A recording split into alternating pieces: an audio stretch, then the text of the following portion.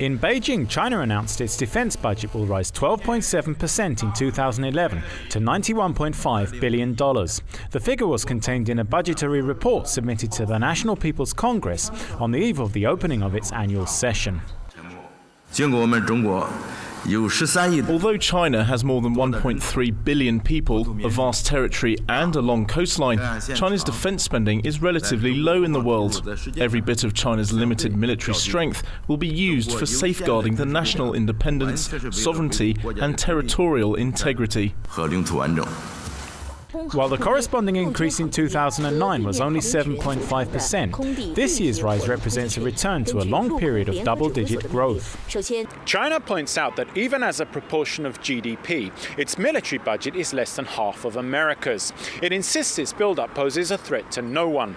Yet with confrontations with the security forces of its neighbours becoming increasingly frequent, it's an assurance that few outside the country now believe. This week alone has seen 3 such episodes.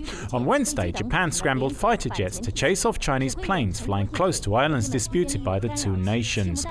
On the same day in the South China Sea, the Philippines also scrambled a military aircraft to disputed waters, in response to what it called inappropriate harassment by Chinese patrol boats of one of its oil exploration vessels.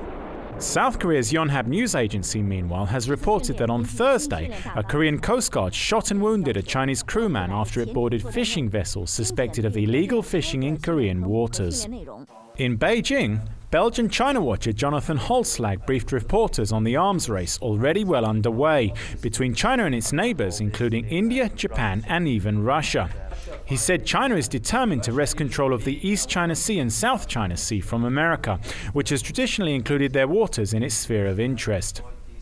The question is, of course, how both countries will manage that and whether they will be able to reach an equilibrium. And I think in that sense that China's rising in power is going to continue to lead to instability and is going to challenge the United States also to respond.